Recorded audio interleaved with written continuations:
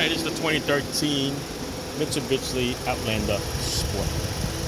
This is the one that had no Freon in the system. So it definitely leaked somewhere. Just want to show you.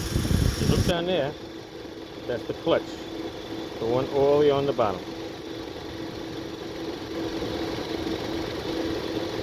So you'll notice when that's turning, the fan is on high. When the clutch is off, like that, see the fan? It quiets down. It's cycling because it's on automatic. So that's another sign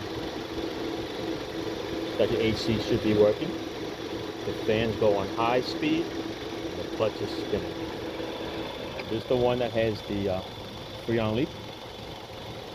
I put a dye in there with a sealer, can sealer, and we'll see where it goes. Because there's nothing major leaking out, and it's hard to see where the leak is. Even with electronic tester, we couldn't find the leak. So I'm going to show you the temperature it is in there right now. You're looking at 40 degrees. See it? It's 40 degrees in there. Nice and cold. Even the windows are frosted. All right.